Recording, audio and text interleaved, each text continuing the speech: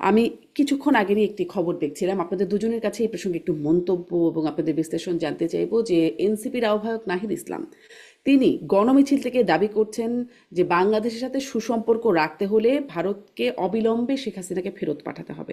আনিস আলমগীর, আপনার কাছ থেকে শুরু করি যে ভারত ফেরত পাঠানোর ব্যাপারে যে খুব ইতিবাচক না, সেই বার্তাটা তারা খুব স্পষ্ট না, মানে একরকম স্পষ্টই তারা তাদের কাছ থেকে এসেছে। আহ, আপনি আসলে এই আহ্বানকে আপনি কিভাবে দেখেন? এরকম আহ্বান তো আসলে বাংলাদেশের পক্ষ থেকে আসছেই, ভারত এটাকে কিভাবে নেবে? আমাদের নিরাপত্তা উপদেষ্টা খলিলুর রহমান ভারতে গিয়ে এ বিষয়ে কথা বলেছেন কিনা, বা তিনি যে বলছেন মানে বাংলাদেশ হাই কমিশন থেকে যে বলা হচ্ছে গুরুত্বপূর্ণ বিষয়ে আলোচনা হয়েছে, সেই বিষয়গুলো কি বিষয়ে, এই বিষয়টা তার মধ্যে আছে কিনা, জানেন কিনা, আপনার বিশ্লেষণ। ধন্যবাদ আপনাকে। ধন্যবাদ শামীম হায়দার সহ আজকে যারা শুনছেন। আমি নাহিদ ইসলাম যে প্রশ্ন করেছে বা যে বিষয়টা তুলেছে, এটা তো রাজনৈতিক অঙ্গনের একজন ব্যক্তি হিসাবে তার স্বাভাবিক। কারণ শেখ হাসিনাকে এখানে একটা রায় প্রকাশিত হয়েছে, যেহেতু তার আহ একটা সাজা হয়েছে।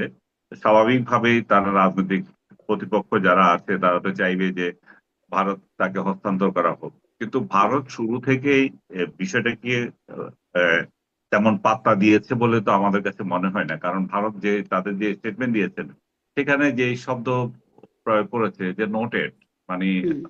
যে শব্দ অবগত আমরা আছে। বলি না, যে হয়েছে এক ঘটনা আমরা হুম। শুনছি, তার মানে কি? তার মানে তোমাদের কাজ, তোমরা তোমাদের মতোই আমরা এটাকে এত গুরুত্ব দেওয়ার প্রয়োজন মনে করছি না। এবং একটা লাইন তারা যে রাষ্ট্রীয়ভাবে যে স্টেটমেন্ট দিয়েছে, সেখানে উল্লেখ করে দিয়েছে যে আমরা সব ভারত প্রতিবেশী হিসাবে আমরা যে সব অংশীদার যারা আছে তাদের সবার সাথে এনগেজমেন্টের কথা বলা আছে। এখানে বলা হয় নাই যে সরকার হিসেবে শুধু সরকারের সাথে তার এনগেজমেন্ট, সে অংশীদার যারা আছে, বাংলাদেশের জনগণের এই শব্দটা আছে এখানে। হুম। বাংলাদেশের জনগণ বলতে এখানে সব রাজনৈতিক দলকে সে বুঝিয়েছে, তার মানে সেখানে আওয়ামী লীগকেও বাদ দেওয়া হয়নি।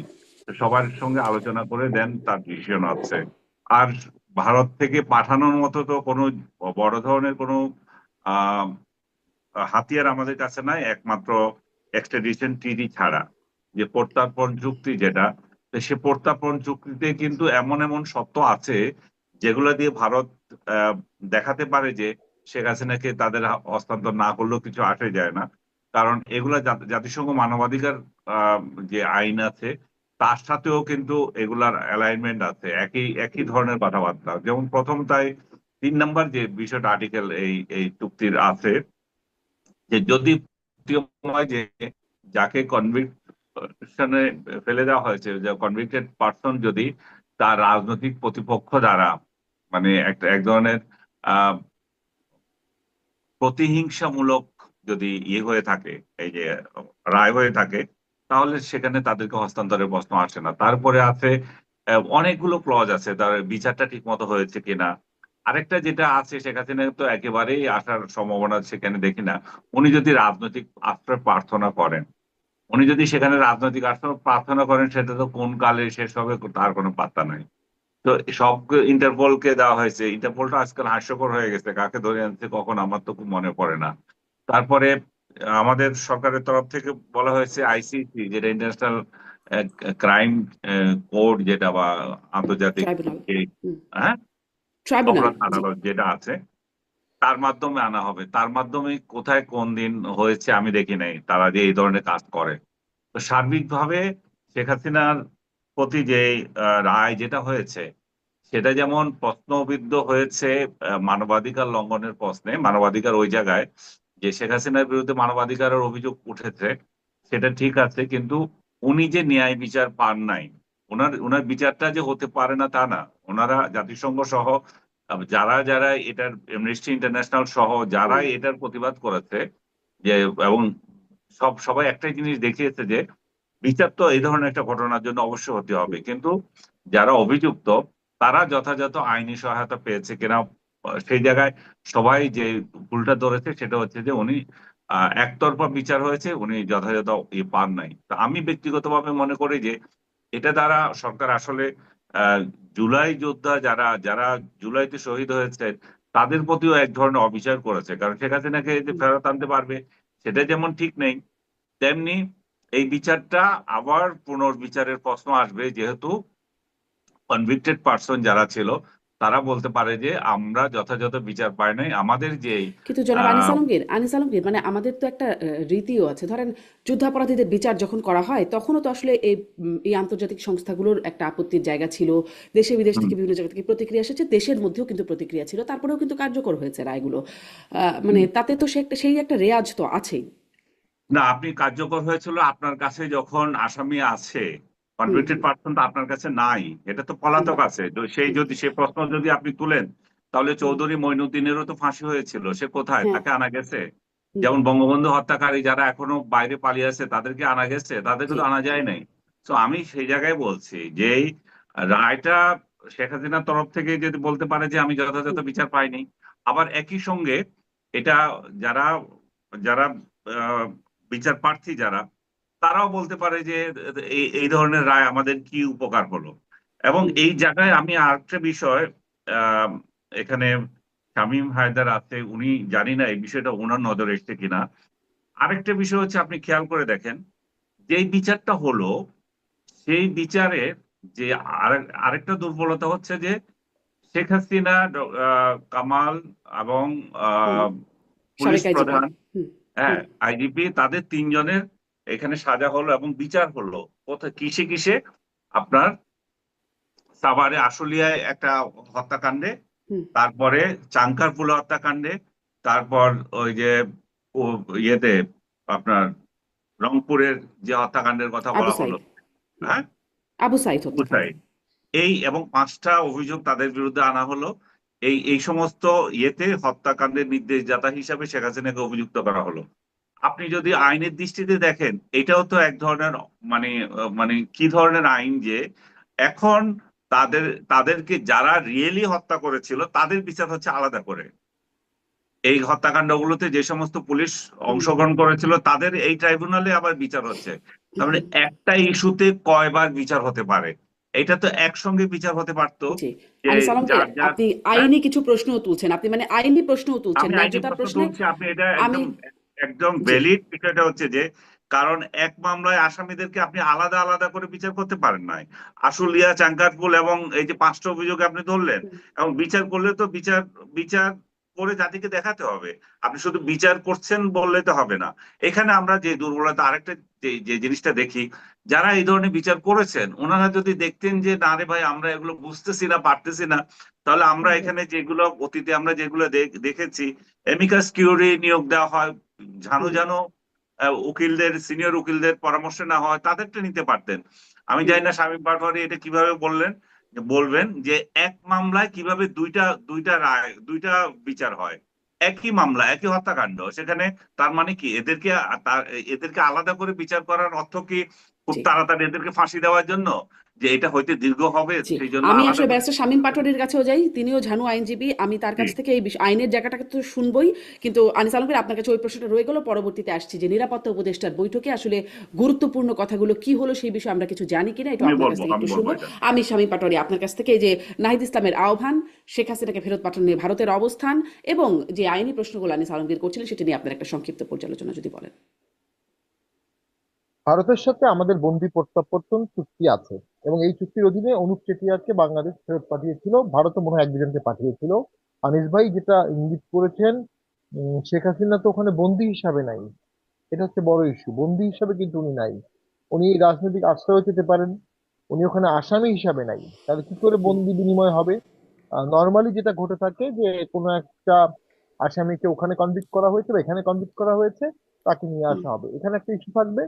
আরেকটা হচ্ছে, ওই প্রত্যাবর্তন চুক্তিতেই বলা আছে যদি মামলাটা পলিটিক্যাল ক্যারেক্টারের হয় তাহলে প্রত্যাবর্তন করতে বাধ্য থাকবে না। তো এটা তো পলিটিক্যাল ক্যারেক্টার যে কেউ বলতেই পারে ব্যাখ্যা করে। আর একটা ফোর্থ ইস্যু হচ্ছে মৃত্যুদণ্ড দেওয়ার কারণে অসংখ্য দেশ যারা প্রত্যাবর্তনের পক্ষে ছিল, মৃত্যুদণ্ড দেওয়া হলে তারা প্রত্যাবর্তনের বিপক্ষে মতামত দেয়। তো ইন্টারন্যাশনাল যে প্রেশারটা শেখ হাসিনাকে প্রত্যাবর্তনের জন্য হতো, সেটা মৃত্যুদণ্ড দেওয়ার কারণে হবে না। তো সেদিক থেকে আমরা মনে করি শেখ হাসিনা বাংলাদেশে আসবে, ফাঁসি হবে। আম, এইটা নাহিদ ইসলামও বিশ্বাস করে না। হুম, কিন্তু এই মুহূর্তে পলিটিক্যাল কার্ড হিসাবে শেখ হাসিনাকে দিতে হবে, না দিলে ভারত আহ ভারতের সাথে সম্পর্ক থাকবে না, ভারতের সাথে সম্পর্ক ছিন্ন করে ফেলবো, ভারত কার্ড। পুরো জিনিসটা ভারত কার্ড খেলা, এটা বাংলাদেশের রাজনীতি চরম ভাবে ডোমিনেট করে। অ্যান্টি ইন্ডিয়ান একটা হাইপ উঠালে ভোটে রাজনীতিতে সুবিধা হয়।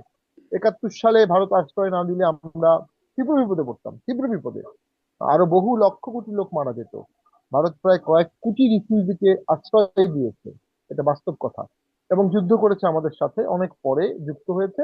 এবং স্বাধীনতার পরে বঙ্গবন্ধু 10 তারিখে যখন আসলেন, উনি বললেন ভারত সম্পূর্ণ সৈন্য বাংলাদেশ থেকে নিয়ে ভারতে চলে গেছে। হুম। একটা সৈন্য বাংলাদেশে ছিল না, এবং 1 ইঞ্চি জায়গা নিয়ে যায়নি। তো এরপরেও ভারতের সাথে আমাদের জনগণের রিলেশনটা তৈরি হয়নি কয়েকটা কারণে। একটা হচ্ছে আওয়ামী লীগের পরপর 3টা ভোট করার কারণে এই দেশের বাকি সব দল এবং ভোটাররা মনে করে ভারতের প্রচ্ছন্ন সহযোগিতায় ভোটগুলো করা হয়েছে। ভারত শুধু আওয়ামী লীগ ছাড়া আর কোনো দলের সাথে সম্পর্ক করতে আগ্রহী না। এটাও পুরোপুরি হুম। সত্য না, কিন্তু ভিজিবল হয়েছে। এখন না, জাতীয় পার্টির সাথেও রেখেছে আর কি, মানে আওয়ামী লীগের সাথে যারা ছিল তাদের সাথে। তাদের সাথে জিয়াউর রহমানও ভারতে গিয়েছিলেন, মোবারক ঈদের সেই সময় ভারতে গিয়েছিলেন, জিয়াউর রহমানও গিয়েছিলেন। সবার সাথেই ছিল, কিন্তু 14 থেকে আসলে ব্যাপারটা একটু অন্যরকম ভাবে সবার কাছে প্রতীয়মান হয়েছে। এখন হুম। যেটি যারা ভারতের বিরুদ্ধে তীব্র ভাষায় কথা বলছে, তারা কিছু জিনিস অনুভব করছে না। একটা হচ্ছে ভারত তার সেফটি, সিকিউরিটি, সোভারেন্টির বিষয়ে ন্যূনতম ছাড় দেবে না, এবং বাংলাদেশও দেবে না। হুম। এখানে পাল্লায় পাল্লায় কথা বলেছি আমরা সারা জীবন। আরেকটি হচ্ছে বাংলাদেশ থেকে ভারতে কোনো পণ্য যাওয়ার দরকার হয় না। ভারত থেকে বাংলাদেশে কিছু কম দামে পণ্য আসতে হয়, পেঁয়াজ সহ অন্য কিছু। আরটা হচ্ছে ভারতের আকাশসীমা আমাদের ব্যবহার করতে হয়। হুম। আমাদের আকাশসীমা ব্যবহার না করেও ভারত কিন্তু তার এয়ার রুট প্রিভেল করতে পারবে।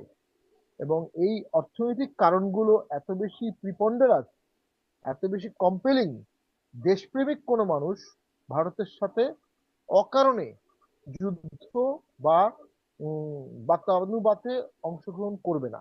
শেখ হাসিনা থাকা পর্যন্ত ব্যাপারটা একরকম ছিল, এখন শেখ হাসিনা নাই। এখন ভারতকে উস্কানিমূলক বক্তব্য দেওয়ার অর্থ হচ্ছে কিছু লোক, কিছু নেতা বিশৃঙ্খলা চাচ্ছে, যুদ্ধ চাচ্ছে, তারা একটা কনফ্লিক্ট চাচ্ছে। কনফ্লিক্ট হলে দেশে ইলেকশন হবে না, ওয়ার টাইম গভর্নমেন্ট হবে, ইন্টারন্যাশনাল স্টেক হোল্ডার আসবে, পিস কিপিং আসবে। এটা আমি আগেও বলেছি, 1 বছর আগেও বলেছিলাম। এখনো সেদিকেই বাংলাদেশ যাচ্ছে। তো তারা রাজনৈতিক ভাবে আমি মনে করি দেশপ্রেমিকটা দেশের মানুষকে ভালোবাসে না। এটা 16 কোটি 18 কোটি লোকের একটা দেশ। এটা অর্থনীতি এলোমেলো হলে দুর্ভিক্ষের সম্ভাবনা দেখা যায়, চালের সংকট, এখানে আমাদের ক্রাইসিস ম্যানেজমেন্ট। আমরা অবশ্যই সেক্ষেত্রে ওয়ার অ্যাভয়েড করতে হবে। War invitation is not a politics. তো আমরা পাকিস্তান 71 সালে তো পাকিস্তান আমাদেরকে যুদ্ধ চাপিয়ে দিয়েছে। বঙ্গবন্ধু তো ওয়ার অ্যাভয়েডের সর্বোচ্চ চেষ্টা করেছেন, 25 তারিখ পর্যন্ত আলোচনা করেছেন। উনি হুম। ভোটে জিতেছেন, উনি এখন সংসদে যাবেন, প্রধানমন্ত্রী হবেন, এখানে আলোচনার কি আছে? কিন্তু উনি আলোচনা করেছেন 25 তারিখ পর্যন্ত, এবং খুব ভালো মতোই বুঝছিলেন আলোচনা ফেল হবে। এবং 24 তারিখে তাকে ওই বেলুচিস্তানের কাকি বললো তুমি কি ভাবছো, উনি বললেন আমি কিন্তু একজন মুসলিম লিগার ছিলাম। অর্থাৎ উনি হুম। ইউনাইটেড পাকিস্তান ভাঙতে চাননি, যুদ্ধ চাননি। ফাতিমাতেও কিন্তু উনি পূর্ণাঙ্গ যুদ্ধ ঘোষণা করেননি, এটা নিয়ে অনেকে ক্ষুব্ধ আছে। কিন্তু পাকিস্তান 26শে মার্চ আমাদের যুদ্ধ চাপিয়ে দিয়েছে। যে পাকিস্তান যুদ্ধ চাপিয়ে দিয়েছে, সে পাকিস্তানের জাহাজ এখন আমাদের এখানে আসতেছে, সে পাকিস্তানের পররাষ্ট্রমন্ত্রী বা সে পাকিস্তানের সেনারা আমাদের এখানে আসতেছে। তো এগুলো তো রং মেসেজ যাচ্ছে। বাংলাদেশের অর্থনৈতিক সক্ষমতা, মানে হুম। পাকিস্তান কি হেল্প করতে পারবে, কতটুকু পারবে? পাকিস্তানের একটা নিউক্লিয়ার বোমা আছে, ওরা হুম। পাথর খেয়ে নিউক্লিয়ার বোমা একটা করেছে, একটাই করেছে।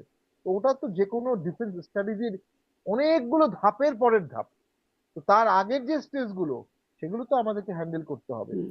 মানে তো আপনি আমি আসলে মনে করি সম্পর্কের কথা বলছেন, যে সম্পর্ক করে আমাদের আসলে কি হচ্ছে, আমরা কি পাচ্ছি, সেই প্রশ্নগুলোও একটা থাকে কিন্তু। পেতে পারি, কি মানে পেতে পারে। হ্যাঁ, কিন্তু ওই যে জায়গাটা, মানে রায় হয়েছে বাংলাদেশের ট্রাইব্যুনালের রায়, বাংলাদেশের বিচারে রায় হয়েছে। রায়ের বাস্তবায়ন তো দলগুলো চাইবেই, তাই না? তারা তো আর বাস্তবায়ন করতে হলে শেখ হাসিনাকে ফেরত পাঠাতেই হবে। সেখানে মানে তারা তো এই মানে দাবিটা করবেই, তাদের তো দাবি ছিল শেখ হাসিনার বিচার হবে, এবং এটিও দাবি ছিল ফাঁসি চাই শেখ হাসিনার, আগে থেকে তাদের এই দাবি ছিল। সেটিরই এখন একটা রায় হিসেবে আসলো। তো তারা তো এটা চাইবেই নাকি, ব্যারিস্টার শামীম পাটোয়ারি? আর ওই যে আলোচনার কথা যে আপনি বলছেন, নিরাপত্তা উপদেষ্টা কি আলোচনা করলেন, সেটা কি আপনারা, মানে দুজনের কাছে এই প্রশ্ন আছে, কেউ জানেন যে কি আসলে আলোচনা হলো, গুরুত্বপূর্ণ বিষয় কি? এটা তো আমরা কখনোই আভ্যন্তরীণ আলোচনা জানতে পারবো না, তবে একদিন আগে উনি চলে গেছেন, একদিন আগে তাকে হ্যাঁ, ডাকা হয়েছে এবং একদিন আগে তিনি হন্তে হন্তে হয়ে চলে গেছেন। এই একদিন আগে কেন গেলেন, এটি আমি মনে করি অত্যন্ত পলিটিক্সের কোশ্চেনের দাবিদার। দিল্লিতে কিছু বোম ব্লাস্ট হয়েছে এবং বিভিন্ন জায়গায় কিছু বোম ব্লাস্ট হয়েছে, এবং বাংলাদেশের একটি জঙ্গি সংগঠন দাবি করেছেন যে তারা এটা করেছেন, জঙ্গির সাথে সম্পৃক্ত আছে। দেখুন, আমি সবসময় একটা জিনিস অনুভব করেছি, বিগত জুলাই আগস্ট আন্দোলনের সময় খুব স্বল্প সময়ের মধ্যেই কিন্তু জেলখানা থেকে বেশ কিছু জঙ্গি নেতাকে বের করে আনা হয়েছে, হুম, জঙ্গি স্টাইলে একদম ওয়াল ভেঙে দিয়ে তারপর করা হয়েছে। এবং গত এক বছর অনেক জঙ্গি নেতা জামিন পেয়েছে। অসংখ্য অস্ত্র লুট হয়েছে, এই অস্ত্রগুলো এখনো বাংলাদেশে আছে। এবং মাননীয় স্থানীয় সরকার অ্যাডভাইজার আসিফ সাহেব বলেছেন যে প্রয়োজনে তারা অস্ত্র হাতে নিতেন, অস্ত্রের ব্যবস্থা তাদের ছিল। সেই অস্ত্রগুলো কোথায় আছে? এখনো বাংলাদেশেই আছে। এগুলো থাকা অবস্থায় আপনি ভোট কিভাবে করবেন আমি জানি না, হুম, কিন্তু বাংলাদেশ একটা এক্সট্রিম ইনকিউবেটর অফ টেরোরিজম হতে পারে। এটা দরিদ্র দেশ, মুসলিম দেশ, হুম, পার্শ্ববর্তী দেশের বিরুদ্ধে একটা ক্ষোভ রাগ আছে। এখানে কাশ্মীর ইস্যুতে অনেকে আন্দোলিত হয়, গাজা ইস্যুতে আন্দোলিত হয়, কিন্তু বাড়ির পাশে ন্যায় বিচারটা কেউ করতে পারে না। আমাদের বাংলাদেশি কালচার এটা আছে। তাই যদি হয়ে থাকে, ভবিষ্যতে এখানে টেরোরিজমের একটা রিস্ক আছে। সেই রিস্কটা আমার মনে হয়, এটা আমি না জেনে বলছি, অজিত দোভাল সেই রিস্কটা জানিয়েছেন। এবং জি, এই ধরনের রিস্কের সবচেয়ে ভয় হলো এটা একটা প্রিএমটিভ স্ট্রাইকিং এর জাস্টিফিকেশন তৈরি করে। যে যে কারণে আমেরিকা সাদ্দামকে অ্যাটাক করেছিল, যে কারণে আমেরিকা আফগানিস্তানকে অ্যাটাক করেছিল, প্রিএমটিভ স্ট্রাইক ওই 111 এর হুম, বোম বাস্টের পরে তারা দুটো দেশ দখল করেছে। তো আমি মনে করি ভারত যেন প্রিএমটিভ স্ট্রাইকের কোনো জাস্টিফিকেশন না পায়। ওই জামাতের আমির সাহেব বলেছেন না, 50 লক্ষ বাঙালি মুসলিম তলোয়ার হাতে যুদ্ধ করবে, সত্য। 50 লক্ষ হুম, কেন, 2-3 কোটি করবে, নায়েবে আমরাও আমির, করবো। হ্যাঁ, না ভাই, আমরাও করবো। যুদ্ধটা কি স্থলপথে হবে?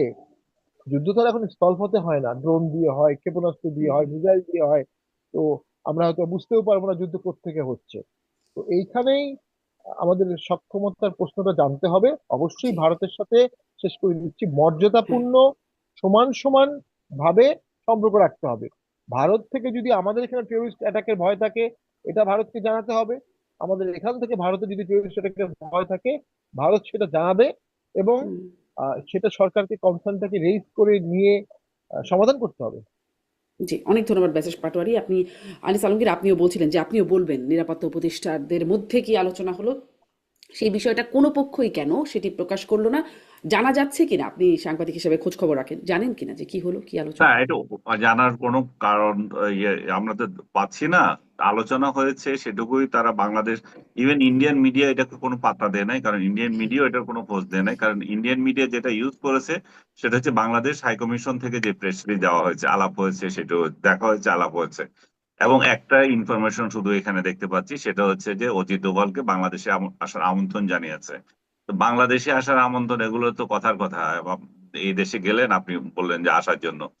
দেখেন, অজিত দোভালের সাথে যে আমাদের খলিল সাহেবের যে সম্পর্ক, সেটা কমপ্লিট একটা ভারসাম্যহীন সম্পর্ক।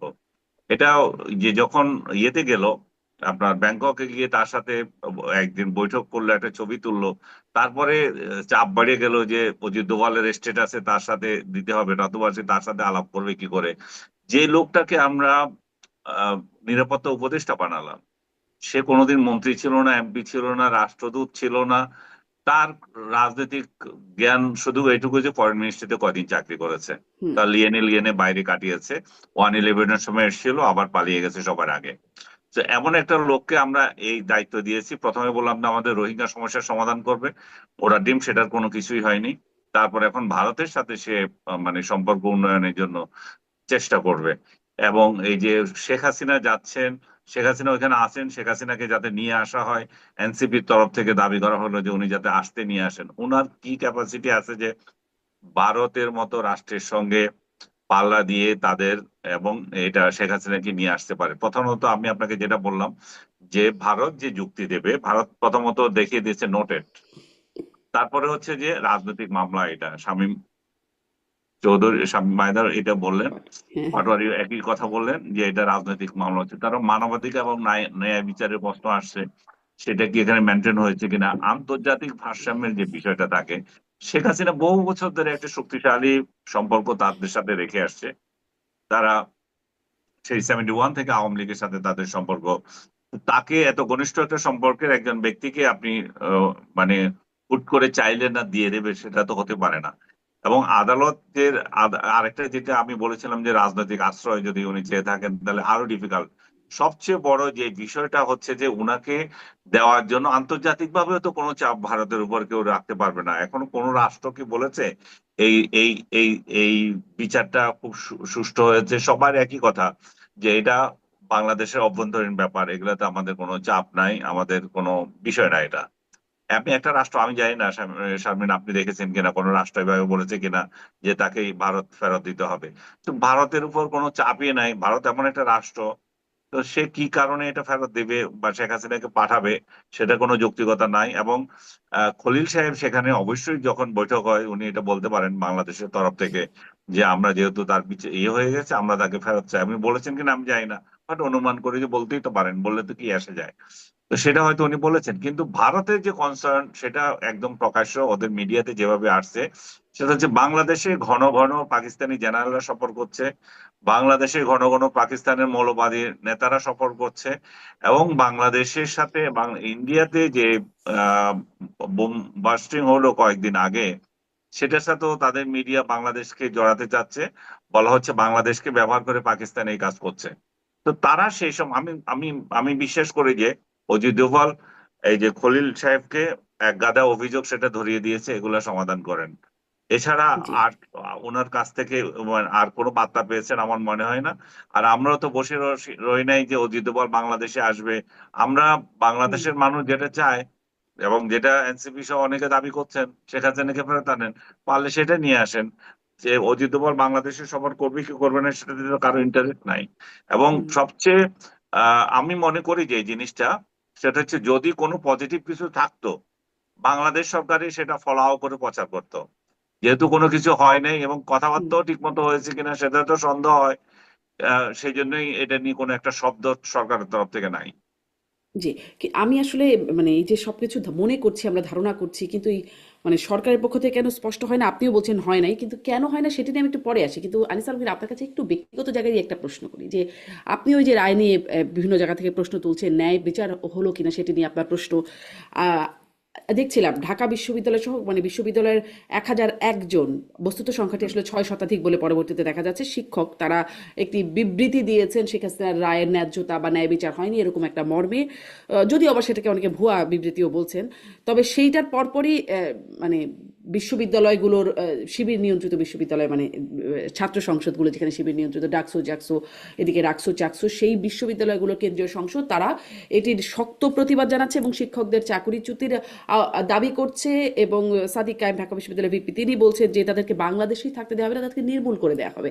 ডেপুটি রেজিস্ট্রার ঢাকা বিশ্ববিদ্যালয়ের তিনি তো আই ডোন্ট কেয়ার লেখা ফটোকার্ডটি শেয়ার করায় তাকে তো পুলিশেই দিয়ে দিল এবং পুলিশ ধরেও নিয়ে গেল। তো এরকম আপনিও যে প্রশ্ন তুলছেন, আপনি কি এগুলো নিয়ে হুমকি ধামকি কোনো রকম ভয় পাচ্ছেন না? মানে না, তাদেরকে তো আমি তো বাংলাদেশেই প্রশ্ন থাকতে দেওয়া তুলছি হবে না, না। আমি তো রায়ের সমালোচনা করছি। শেখ হাসিনাকে যে সাজা দেওয়া হয়েছে, এই হুম। সাজা নিয়ে তো আমার মাথা ব্যথা নাই। আমি বলছি সাজাটা যেভাবে দেওয়া হয়েছে সেই প্রক্রিয়াটা ঠিক হয়নি। এবং প্রক্রিয়াটা ঠিক মতো না হওয়ার কারণে যেটা হচ্ছে যে জুলাইতে যারা শহীদ হয়েছে তাদের আত্মীয় স্বজনও ঠিক মতো বিচারটা পেল না। এখানে একমাত্র শুধু হচ্ছে শেখ হাসিনাকে আপনি আহ, মানবাধিকার বঞ্চিত করলেন তা না, আরেক দিক দিয়ে যারা জুলাই শহীদ তাদেরকেও অধিকার বঞ্চিত করলেন। ওই অন্যরা যেভাবে দাবি করছে সেটা হচ্ছে দলীয় দৃষ্টিকোণ থেকে তারা হয়তো এই এই বিশেষ কোনো রাজনৈতিক দলের মতাদর্শের টিচাররা যেভাবে আমরা অতীত দেখেছিলাম শেখ হাসিনার পক্ষে নিয়ে বিবৃতি দেওয়া, খালেদা জিয়ার পক্ষের বিবৃতি দেওয়া, ওই বিবৃতি গোষ্ঠীতে হয়তো কেউ পড়ে গেছে, তাদের নিয়ে কথা হচ্ছে। বাট তারপরেও আমি বলবো যে প্রত্যেকেরই মত প্রকাশের স্বাধীনতা থাকা উচিত। এখন যে ছাত্র শিবির নিয়ন্ত্রিত বিশ্ববিদ্যালয়গুলো, ছাত্র সংসদ বা আদার্স যখন এগুলো নিয়ে কথা বলে, তাহলে তাদেরকে আমরা স্মরণ করে দিতে চাই যে তাহলে আর শেখ হাসিনার পরিবর্তন কি দরকার ছিল? এটা তো একই ঘটনা হলো যে আমার বিরুদ্ধে কথা বলা মানে হচ্ছে ইয়েতে হুম। যেতে হবে, জেলে যেতে হবে। এটা তো শেখ হাসিনা থেকে উন্নত মানের কোনো ইয়ে হলো না। কোনো আহ, বৈষম্য বিরোধী যে সমাজ আপনি দেখতে হুম। চেয়েছিলেন, যেটা ন্যায়ের সমাজ আপনি দেখতে ছিলেন সেটা তো হলো না। এখানে তো তাহলে মানবাধিকার লঙ্ঘন, এখানেও তো ব্যক্তি স্বাধীনতা হরণ, এখানেও তো কণ্ঠরোধ করা, এখানেও তো মব জাস্টিস আরো 100 গুণ বাড়তি হওয়া। সো এটা এটা নিয়ে তো অবশ্যই এগুলো এই এই এই ওয়েতে যদি কাউকে মত প্রকাশ দমন করা হয় সেটা তো অবশ্যই নিন্দনীয়। কিন্তু আমি জি। আপনাকে আবারও একটু স্পষ্ট করছি যে শেখ হাসিনার বিচার হোক কিংবা কামাল হুম। সাহেবের বিচার হোক কিংবা ওই যে পুলিশ প্রধান যিনি আছেন, যে ঘটনাটা ঘটেছে এটা কেউ না কেউ তো করেছে। এটা শেখ হাসিনা করুক, স্বরাষ্ট্রমন্ত্রী করুক, পুলিশ প্রধান করুক, কিংবা কার্যত যারা স্পটে ছিল তারাই করুক, এই ঘটনার তো বিচার হতে হবে। এই ঘটনার বিচার না হয়তো পারে না, কিন্তু জি। বিচারটা আমরা সঠিক আলী প্রক্রিয়া সালেমের করতে জি, করবো, একদমই সেটা স্পষ্ট হচ্ছে যে আপনি বিষয়। প্রক্রিয়াটা নিয়ে নানান প্রশ্ন আছে, হ্যাঁ, বিচার নিয়ে আপনার আলোচনার জায়গাটা না। আমি এই যে মানে খলিলুর রহমান কি বিষয়ে কথা বললেন সেটি গোপন, মানে সেটি বিষয়ে জানা যাচ্ছে না, গুরুত্বপূর্ণ বিষয় বলে বলা হচ্ছে। তারপর ধরেন শেখ হাসিনার রায় যেদিন হলো সেদিন দুটি বন্দর নিয়ে চুক্তি হয়ে গেল, ঢাকা এবং চট্টগ্রামের দুটি বন্দর নিয়ে চুক্তি হয়ে গেল, সেখানেও গোপন, শর্তগুলো গোপন, সেটিও প্রকাশ করা হলো না। এর আগে যুক্তরাষ্ট্রের সাথে এনডিএ হলো, সেটিও আসলে এনডিএ তো নন ডিসক্লোজার এগ্রিমেন্টই, অতএব সেটিও প্রকাশ করা হলো না। শামীম পাটোয়ারি আপনার কাছ থেকে একটু শুনবো, এবং আমি আনিস আলমগীর আপনার কাছ থেকেও শুনবো যে এই বিষয়গুলো তো রাষ্ট্রীয় ব্যাপার, রাষ্ট্রীয় নিরাপত্তার ব্যাপার, রাষ্ট্রীয় অর্থনীতির ব্যাপার আছে যুক্ত এখানে। মানে যেমন ধরেন শেখ হাসিনাকে ফেরত দেওয়ার জন্য মিছিল হচ্ছে, 32 নম্বরে চলে যাওয়া হচ্ছে ফাঁসির দাবিতে, বা ধরেন আওয়ামী লীগ নিষিদ্ধের জন্য যমুনা ঘেরাও করে ফেলা হচ্ছে, এত সক্রিয় মানে এবং কার্যকর একটা পদক্ষেপই বলা চলে, সেগুলো হচ্ছে। কিন্তু এই বিষয়গুলোতে একরকম মৌন একটা প্রতিবাদ বা ছোট্টখাটো এটা ঠিক হচ্ছে না, করা হচ্ছে না, রাজনৈতিক দলগুলো বলছে। রাজনৈতিক দলগুলো সক্রিয় ভূমিকা রাখছে না কেন? তারা যে এটিতে খুশি না এটি বোঝা যাচ্ছে, আপত্তি আছে তাদের। কিন্তু শামীম পাটোয়ারি কেন সক্রিয় বা কার্যকর কোনো ভূমিকা রাখছে না, প্রতিবাদ করছে না? যেটা হচ্ছে আসলে, দেখুন, বর্তমান সরকার তো এনসিপির সরকার, এনসিপি তো আর সরকারের বিরুদ্ধে আন্দোলন করবে না। আর নন ডিসক্লোজার ক্লোজ দিয়ে যে এগ্রিমেন্ট গুলো করা হয়েছে এটি অসাংবিধানিক। সংবিধানে বলা আছে যে কোনো ইন্টারন্যাশনাল ট্রিটি আপনার পার্লামেন্টে লে করতে হবে এবং পার্লামেন্টে শুনানি হবে, আনলেস সেখানে সিকিউরিটি কনসার্ন থাকে। সিকিউরিটি কনসার্ন হুম। থাকলে সেটা ক্লোজ ডোর সেশন হবে পার্লামেন্টের। সেই পার্লামেন্টে ক্লোজ ডোর সেশন ছাড়া এই চিঠিগুলো অনেকগুলোই অবৈধ, যদিও এটা সবসময় কখনো মেনটেন করা হয়নি। নন ডিসক্লোজার ক্লোজ দিয়ে যে সরকারটি এগ্রিমেন্ট করেছে তারা একটা অন্তর্বর্তী সরকার। তারা কিন্তু কোনো কেয়ারটেকার সরকার না, ইলেকটেড সরকার না। তাদের নির্বাচন প্রধান কাজ।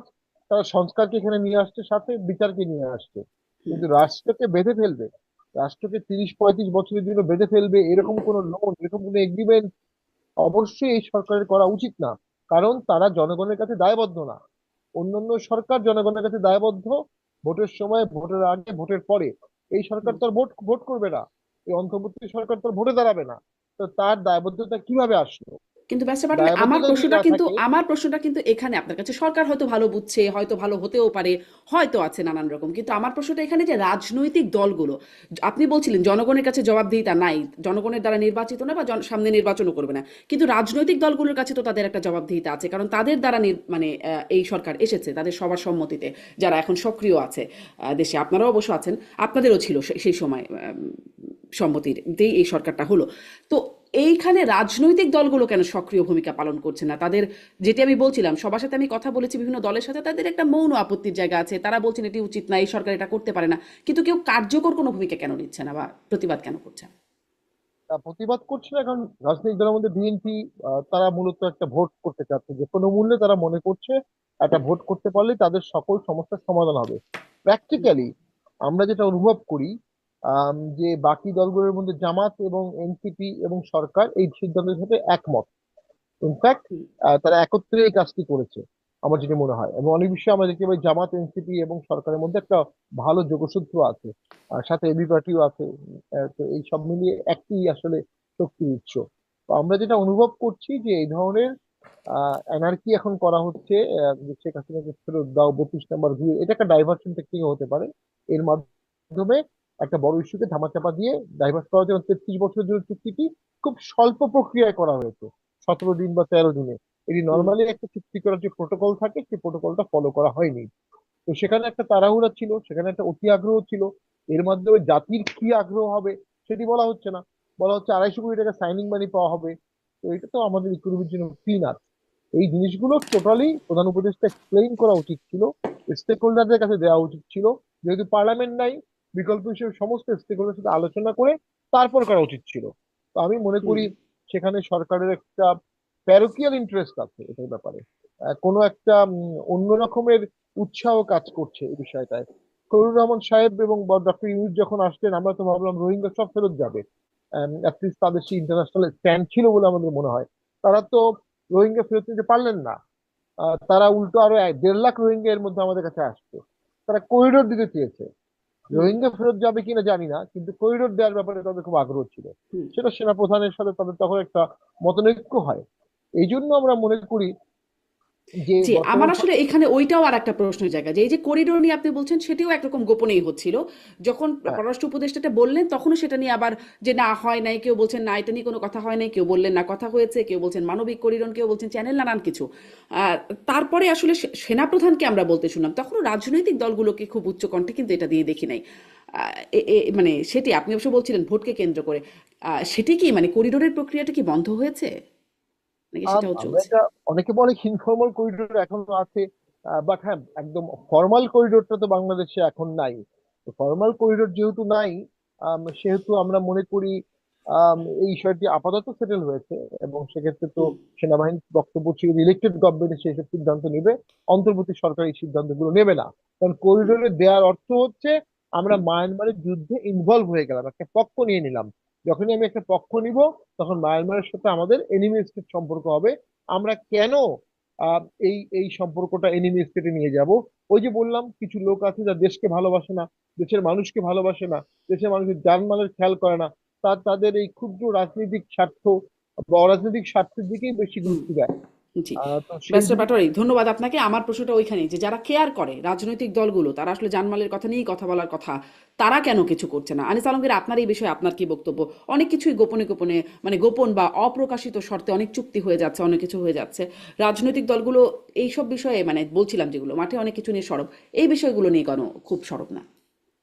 আপনি কি শুধু বন্দরের কথা বলছেন না বাকিগুলো কথা বলছেন? আমি যদি সবগুলো বন্দর, মিলিয়েই আসলে জানতে চাচ্ছি, মানে কোথাও কি আপনি দেখছেন যে খুব সক্রিয় অবস্থান রাখছে, ধরুন যুক্তরাষ্ট্রের সাথে এনডিএ, ধরুন করিডোর নিয়েও, বা ধরেন এই বন্দরটা তো হয়েই গেল, চুক্তি হয়েই গেল, কোথাও কি খুব সক্রিয় বা কার্যকর ভূমিকা না রেখেছেন এটা রাজনৈতিক সক্রিয় না, দলগুলোর পক্ষ এটা থেকে? লোক দেখানো একটা প্রতিবাদ করে, লোক দেখানো একটা বিবৃতি দেয়, যেমন জামাতো একটা লোক দেখানো বিবৃতি দিয়েছে এবং সেখানেও আবার বলেছে পতিত স্বৈরাচারের সাথে সম্পর্কিত তাদের কোন আত্মীয়কে এই ধরনের বন্দর দিয়ে দিতেছে এবং বলছে এই যে কোনো গোপন চুক্তি কিংবা এটা গোপন চুক্তি কিংবা দরপত্রবিহীন অবৈধ চুক্তি করলে জন অসন্তোষ তৈরি হবে এবং যার সমুদয় দায় দায়িত্ব সরকারের উপরে বর্তাবে, এই ধরনের হুমকিও দিয়েছে।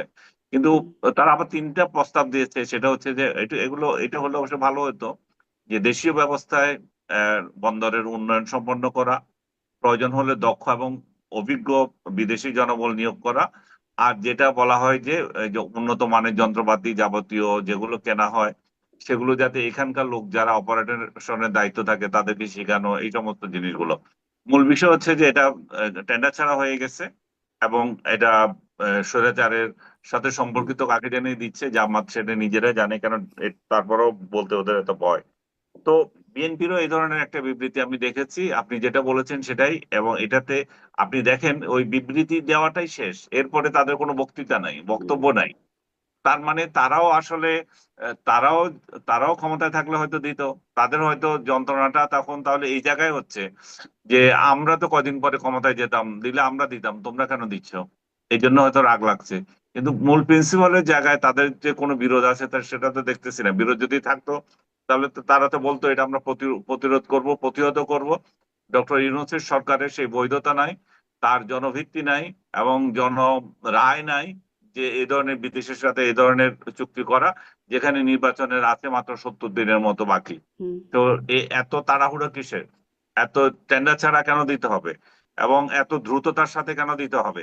তাও তাও সবকিছুর উপরে আপনি যদি দেখেন গোপনে কেন দিতে হবে? এই চুক্তিটা যে হচ্ছে দেশের জনগণের অর্ধেকে বেশিরভাগ জনগণই জানে না। এবং যেদিন এই চুক্তি করা হচ্ছে সেদিন শেখ হাসিনা রায় পড়তেছে আর এখানে কন্টিনেন্টাল হোটেলে এই হুম চুক্তি হইতেছে এবং এদিকে 32 নম্বর ভাঙার একটা আয়োজন করে দিচ্ছে, পুরো মিডিয়ার পুরো চোখ এখানে রেখে দেওয়া হয়েছে যাতে কন্টিনেন্টাল ঘেরাও করার মতো তিনটা লোকও পাওয়া না যায়। তো হুম তার মানে কি দাঁড়াচ্ছে? তার মানে হচ্ছে যে এখানে কিছু না কিছু কিছু না কিছু স্বার্থ রয়ে গেছে। বিদেশিদেরকে বন্দর দিয়ে দেওয়ার জন্য ডক্টর ইউনূস তো 2006 সালে যখন নোবেল পুরস্কার পেয়ে আসলেন, তখনই বলেছেন যে বন্দর যদি দিয়ে চট্টগ্রাম বন্দর দিয়ে দেন, বিরাট বিরাট কিছু হয়ে যাবে, দেশে উন্নয়নে ভেসে যাবে। এবং প্রথম আলো আপনি যদি দেখে থাকেন যে সেই লিড স্টোরি এখন একটু ভাইরাল হয়েছে, যে 2006 সালে উনি যে বক্তৃতা দিয়েছিলেন বন্দর দিয়ে দেওয়ার জন্য। তো উনার তাহলে মাথার মধ্যে বন্দর রয়ে গেছে আজ থেকে 20 বছর আগে থেকে, এই বন্দর দিয়ে দিতে হবে। উনি ক্ষমতা পেয়ে সেটাই বাস্তবায়ন করছেন। এবং উনার সারগ্রেদরা যারা আছে তারা উনার উনার পরামর্শই করছেন। ওনার পরামর্শ ছাড়া তো তাহলে এটা হয়নি।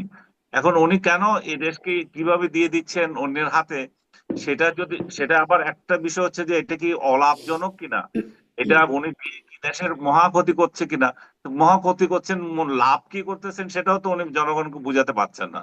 লাভটা কি সেটা যদি উনি প্রকাশ্যে জনগণকে বুঝাতে পারতেন, চুক্তির শর্ত কি সেটা যদি জনগণের কাছে ডিসক্লোজ করতেন, তাহলে এখানে বোঝা যেত যে স্বচ্ছতা আছে, এখানে ওনার ভালো নিয়ত আছে। রাজনৈতিক দলগুলো হয়তো ক্ষমতায় এসে এইগুলো করবে না, সেই জন্য উনি নিজ থেকে আগে থেকে করে ফেলছেন। যেভাবে উনি সংস্কার করছেন, রাজনৈতিক দলগুলোর উপর কোনো বিশ্বাস নাই, সংস্কার করছেন, সনদ করছেন, সনদ করে করে এই ঠুটো জগন্নাথ একটা পার্লামেন্ট বানাবেন, সে পার্লামেন্টের লোকজন যাবে বসবে এবং উনি যা করে গেছেন এগুলোকে হা হা করবেন।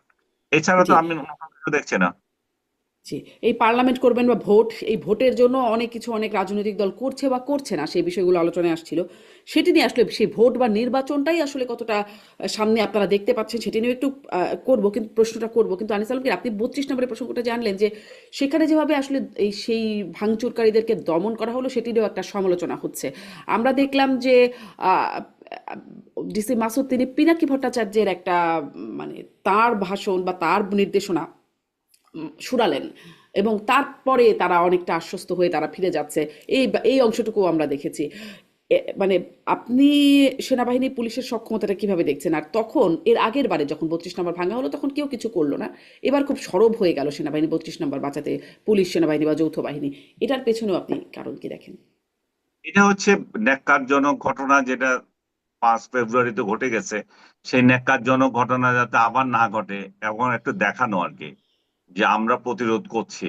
উনি নীরবে একবার ভাঙতে দিয়েছেন, ভাঙতে দিয়ে বিশ্বের কাছে বাংলাদেশকে হেয় করেছেন এবং মব কালচার চালু করেছেন। সেই মব কালচারের ধারাবাহিকতা এটা হয়েছে। এবং এই যে উনি যে প্রিভেন্ট করেছেন কয়েকটা ইট রক্ষার জন্য, ইট রক্ষা করলেন, এটা কিন্তু এটা এই ইটগুলো রক্ষা হবে না। এই পিনাকি বা আদার্স বা এই ধরনের গোষ্ঠীগুলো আবার এগুলো ভাঙার জন্য আন্দোলন করবে, আবার যাবে, এগুলো চলতেই থাকবে।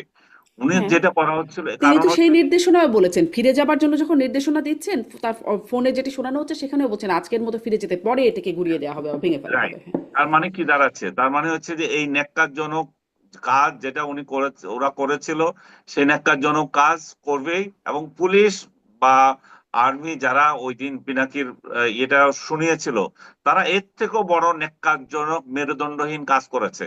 তাহলে আর প্রশাসনের কি দরকার? পিনাকি তো রাষ্ট্র চালাতে পারে, পিনাকির প্লেন আনিয়ে এখানে সেনাপ্রধান করে দিলে তো হয়। তাহলে সেই এগুলা সামাল দিবে, পুলিশ প্রদান করে দিলে হয়।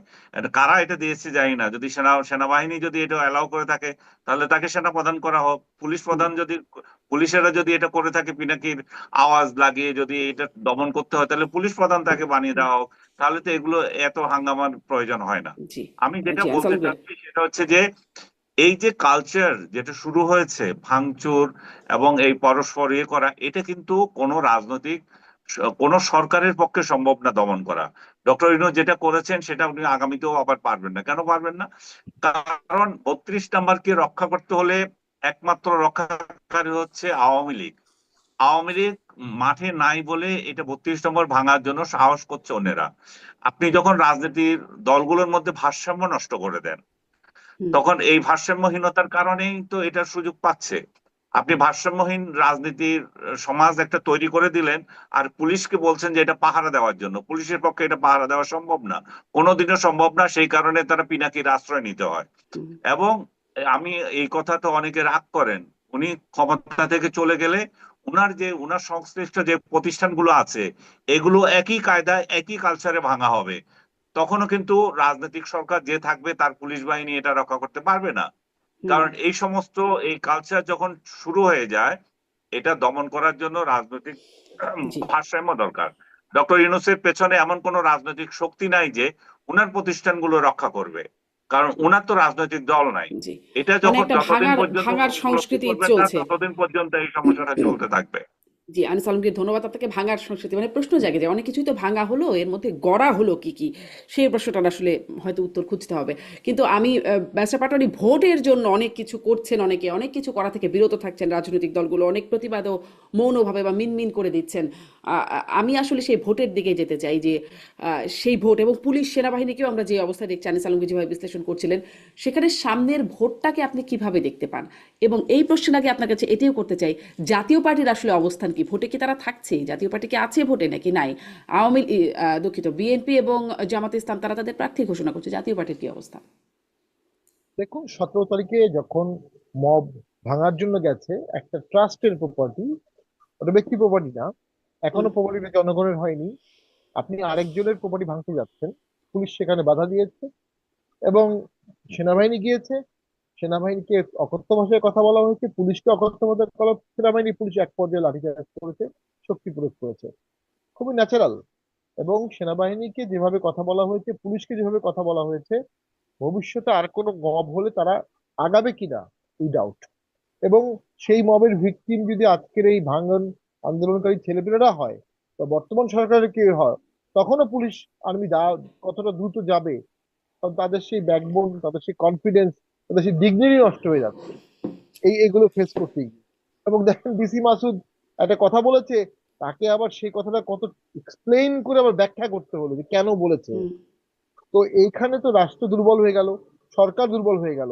আপনি ঠিক ভোটের সময় এটা চিন্তা করেন, কোনো একটা জায়গায় এমন কেউ জিতে যাচ্ছে যেটা এদের পছন্দ হচ্ছে না, এরা ঠিক এরকম একটা সিন ক্রিয়েট করছে এবং পুলিশ প্রশাসন হেজিটেন্ট করছে। এই হচ্ছে দেশের এখন পরিস্থিতি। ল অ্যান্ড অর্ডার যে অবস্থায় আছে, ভোট, সুষ্ঠু ভোটের কোনো সম্ভাবনা নেই। সম্পূর্ণ একটা পাতানো ভোট হতে পারে এবং সেই পাতানো প্রশাসন সাজানো হয়েছে। সেখানে সমস্যা একটাই, সমস্যাটা হলো জাতীয় পার্টি। জাতীয় পার্টি 40 বছরের পুরনো দল, 9টা ভোট করেছে। জাতীয় পার্টি যদি ভোটে ভোটে দাঁড়ায় এবং শক্তিশালী ভাবে দাঁড়ায়, তাহলে অনেকের ভোটের হিসাব মিলছে না। এই জায়গাতেই সবাই জাতীয় পার্টিকে বাদ দিতে চাচ্ছে। যেমন জাতীয় পার্টি থাকলে বিএনপি একটি স্পেস পাবে, যে বিএনপি কে বলা যাবে না যে আমরা ভোটে যাব না, তখন বিএনপি বলবে তোমরা গেলেও জাতীয় পার্টি আছে। তো ওই ওই জায়গায় বিএনপির সাথে দর কষাকষি কমে যাবে। আবার অনেকের ভয় আছে মধ্যপন্থার ভোটগুলো, আওয়ামী লীগের ভোটগুলো জাতীয় পার্টিতে আসতে পারে। যদিও আওয়ামী লীগ আমার ধারণা ভোট প্রতিহত করবে, ভোট হুম, কাউকেই দিবে না। এই সমস্ত বিচারে জাতীয় পার্টিকে সংলাপে ডাকা হলো না। নির্বাচন কমিশন তার শপথ ভঙ্গ করলেন। কারণ নির্বাচন কমিশন শপথ নিয়েছেন তিনি স্বাধীনভাবে কাজ করবেন, তো ইয়াতে বলা আছে, সংবিধানে বলা আছে, এবং ব্যক্তিগত ইন্টারেস্টে ঊর্ধ্বে। এখন উনি কি করলেন? 42টা বা 43টা দলকে ডাকলেন, আর 7-8টা দলকে ডাকলেন না। উনি কিভাবে এটাকে ডিভাইড করলেন, কোনটাকে ডাকবেন কোনটাকে ডাকবেন না? উনি নিবন্ধিত সবাইকে ডাকা উচিত ছিল। অমুক হুমকি দিয়েছে, অমুক মব করবে, এটা বলেছে নির্বাচন কমিশনের সচিব পর্যন্ত বলেছে যে আমরা এটা নিয়ে বললে মবের হব। তাহলে পুলিশ মবের ভয় পাচ্ছে, আর্মি পুলিশ মবের ভয় পাচ্ছে, নির্বাচন কমিশন মবের ভয় পাচ্ছে। তাহলে তো সরকারটা তো গণপ্রজাতন্ত্রী মব সরকার হয়ে গেছে, মব প্রজাতন্ত্রী সরকার হয়ে গেছে। তাই যদি হয়ে থাকে, তাহলে ভোট কিভাবে হবে?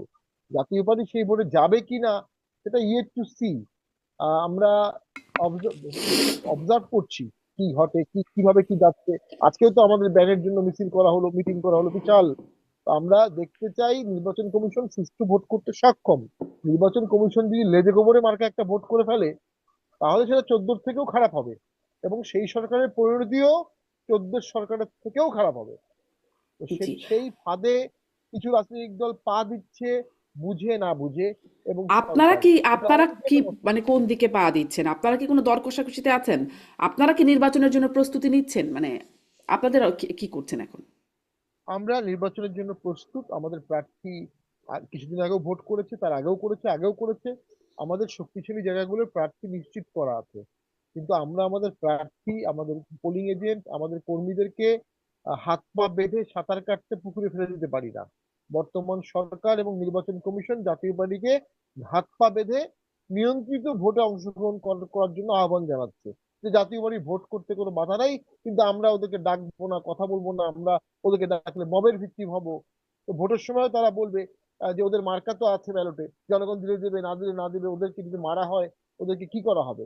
তো আমরা নিজেরাও যখন মাঠে যাচ্ছি, আমি নিজে দিনাজপুরে গিয়েছিলাম, সেখানে আমাদেরকে প্রোগ্রাম করতে দেয়নি। কেরানীগঞ্জে গেছি, দেখি ওসি সাহেব নিজে তালা দিয়ে দিয়েছে অডিটোরিয়ামে। ময়মনসিংহে প্রোগ্রাম, হলরুম সব দেয়া আছে, আগের দিন সবাই না করছে, করা ঠিক হবে না নিরাপত্তা জনিত কারণে। ওই এনসিপি বা গণ অধিকার পরিষদ তারা হুমকি দেয়, সেই হুমকির রেসপন্সে তারা আমাদেরকে প্রোগ্রাম করতে দেয়। আমাদের গণতান্ত্রিক অধিকার ক্ষুণ্ণ হচ্ছে। তাহলে আমরা মনে করি এই পরিবেশে ভোট সুষ্ঠু হওয়ার কোনো আলামত আমরা দেখছি না।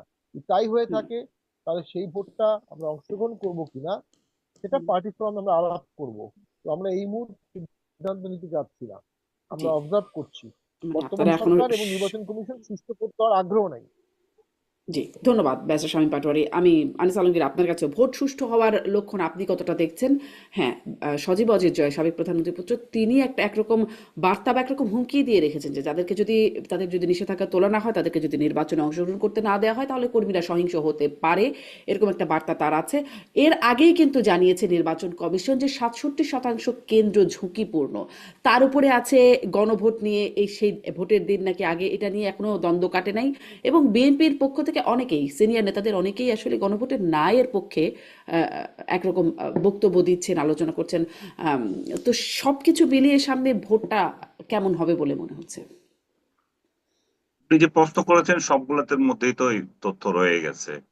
প্রথম আপনি বললেন যে সহিংসতা হওয়ার সম্ভাবনা আছে, কারণ সজীব ওয়াজেদ জয় যেটা বলেছেন, এবং সেটা স্বাভাবিক। আপনি যখন আমার দলকে সারফেসে রাজনীতি করতে না দেন, তাহলে তো আমি দলে রাজনীতি করব, নিষিদ্ধ রাজনীতি করব, সেই জায়গায় তো সহিংসতা আসবেই। কারণ তখন আপনি কাকে ধরবেন?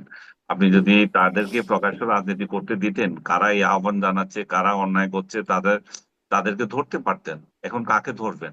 সেই জায়গায় তারা যদি রাজনীতির সুযোগ না পায়, তারা যে এই সমস্ত যে ইলেকশন গুলো তাদের বিরুদ্ধে বদনাম, তারা তো সেই সময় কাউকে নিষিদ্ধ করেনি।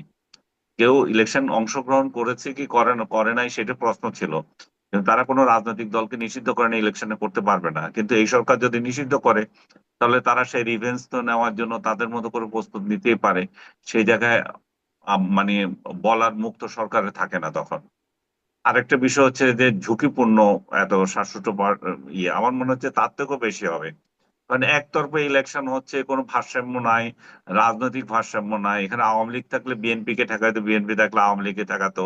তার মানে হচ্ছে কেন্দ্রে একটা ভারসাম্য থাকতো। এখন কেন্দ্র যার, মাস্তান যার, সে দখল করবে, এটা তো স্বাভাবিক। এবং পুলিশ প্রশাসন দাঁড়িয়ে থাকবে, আর্মি প্রশাসন দাঁড়িয়ে থাকবে। আর্মিকে যদিও এবার আইন শৃঙ্খলা রক্ষাকারী বাহিনীর সঙ্গে যুক্ত করা হয়েছে, তারপর আপনি দেখবেন যে তারা কোনো বড় ধরনের কোনো অ্যাকশন নেবে না। তারা কিভাবে নেবে?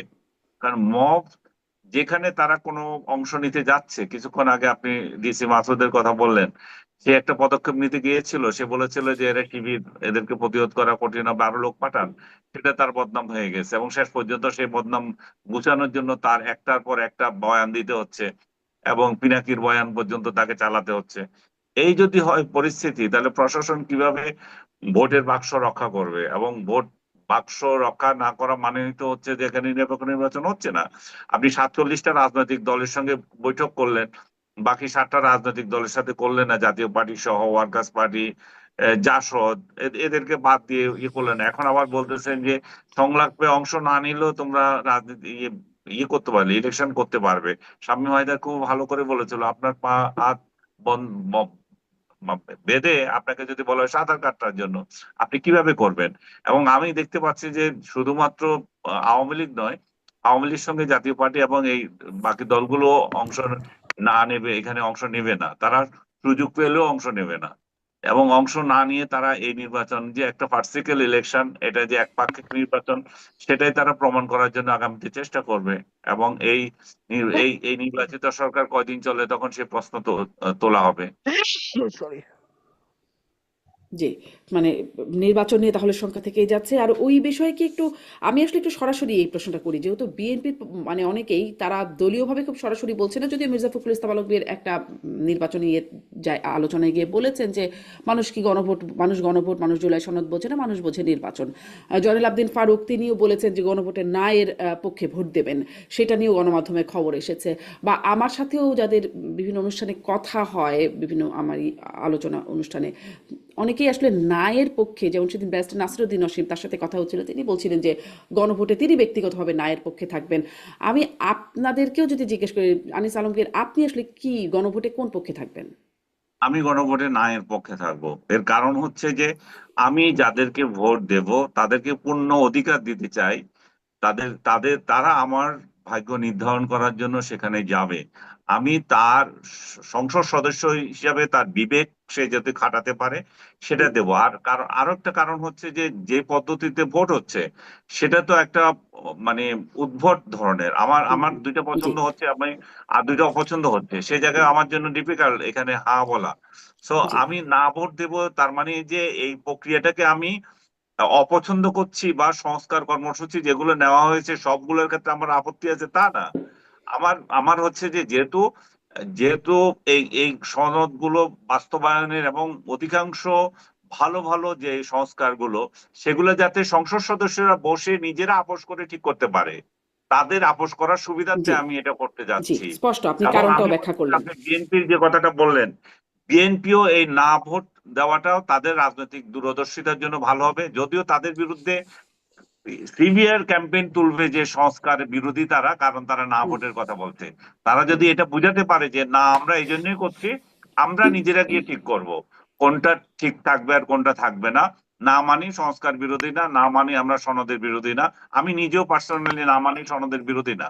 জি না মানে হচ্ছে এই পদ্ধতিটা যে পদ্ধতিতে যেতে চাচ্ছে সেটাতে আমি মনে করি না যে আমার অধিকার এখানে জি প্রতিষ্ঠিত আনিস হচ্ছে। আলমগীর আমার একদম অধিকার স্পষ্ট, আপনি নাতে আপনি প্রতিষ্ঠিত হবে। সনদের পক্ষে, সংস্কারের পক্ষে, কিন্তু এই গণভোটের প্রক্রিয়ায় আপনি না ভোট দিচ্ছেন। আমি ব্যারিস্টার পাটোয়ারি আপনার কাছে এই প্রশ্নই একদম সংক্ষেপে, আপনি আসলে গণভোটে কি কোন পক্ষে ভোট দেবেন, হ্যাঁ না নাকি অনেকে না, আবার এটা বয়কটের হ্যাঁ না, কথা বলছেন? না এটা তো আমাদের পার্টি ফোরামের সিদ্ধান্ত হবে বা ভোটের আগে আগে, তখন আমরা পূর্ণাঙ্গ সিদ্ধান্ত, তবে গণভোট হবে কিন্তু সংবিধান অ্যামেন্ডমেন্ট পার্লামেন্টে পাশ হবে। পার্লামেন্ট পাশ হওয়ার পর যখন গণভোটে যাবে, যদি বেসিক স্ট্রাকচার অ্যামেন্ডমেন্ট করতে হয় রাষ্ট্রপতি অ্যাসেম্বলির আগে গণভোটে যাবে।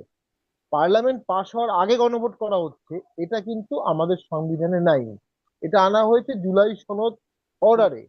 তাহলে মানে জুলাই সনদ, সংবিধানে নাই এমন অনেক কিছুই তো এখন হচ্ছে, তাই না? এমন অনেক হচ্ছে তো। কিছু হচ্ছে যেগুলো আনঅ্যাভয়েডেবল, যেমন একটা সরকার লাগে এই জন্য সরকারটা করা হয়েছে। যেটা অ্যাভয়েডেবল, যেটাকে আপনি সংবিধানের মধ্যে করতে পারবেন, সেটাকে আপনি সংবিধানের বাইরে কেন করবেন? ডক্টরিন অফ নেসেসিটি তো ওখানে অ্যাপ্লিকেবল হবে না। তো আমাদের সংবিধানে এখন গণভোট নাই, গণভোট আসবে। আগে যেটা ছিল সেখানে যেভাবে গণভোট বলা আছে সেভাবে গণভোট হতে হবে। জুলাই সনদ দিয়ে গণভোট করা হচ্ছে, জুলাই সনদকে সংবিধানের উপরে দেওয়া হচ্ছে, সংবিধানের আর্টিকেল 7 এর উপরে দিয়ে দেওয়া হচ্ছে। হুম, এটার কোনো এই যে এটা কিম্ভূত কিমাকার একটা জিনিস হয়ে যেতে পারে, এই চেতনাটাই নষ্ট হয়ে যেতে পারে। আর নির্বাচন কমিশন, ওনারা কোনো পারিবারিক বিবাহের দাওয়াত দিচ্ছেন না। ওনারা ওথ নিয়ে ভোট করতে যাবেন 13 ন্যাশনাল ইলেকশন, সেই ইলেকশনে আমাদেরকে ডাকবেন। এই ডাকার তাদের শপথবদ্ধ দায়িত্ব ছিল। তারা না ডেকে শপথ ভঙ্গ করেছেন এবং তারা বায়াস্ট হয়ে গেছেন, ভয় পেয়ে হোক অথবা ইন্টারেস্ট থেকে হোক অথবা নিজের দলীয় অনুভূতি থেকে হোক অথবা নিজের রাজনৈতিক চেতনা থেকে হোক। এই যে বায়াস হয়ে গেলেন ভোটের 70 দিন আগে, তাহলে হুম। 70 দিন পরে ভোটটা সুষ্ঠুভাবে কিভাবে করবেন? তো আমরা মনে করি নির্বাচন কমিশনের এই বিষয়গুলো উপলব্ধি করা উচিত। জি, ব্যারিস্টার পাটোয়ারি অনেক ধন্যবাদ আপনাকে, অনেক ধন্যবাদ আনিস আলমগীর আপনাকে, অনেক ধন্যবাদ দর্শক এতক্ষণ যারা সাথে ছিলেন।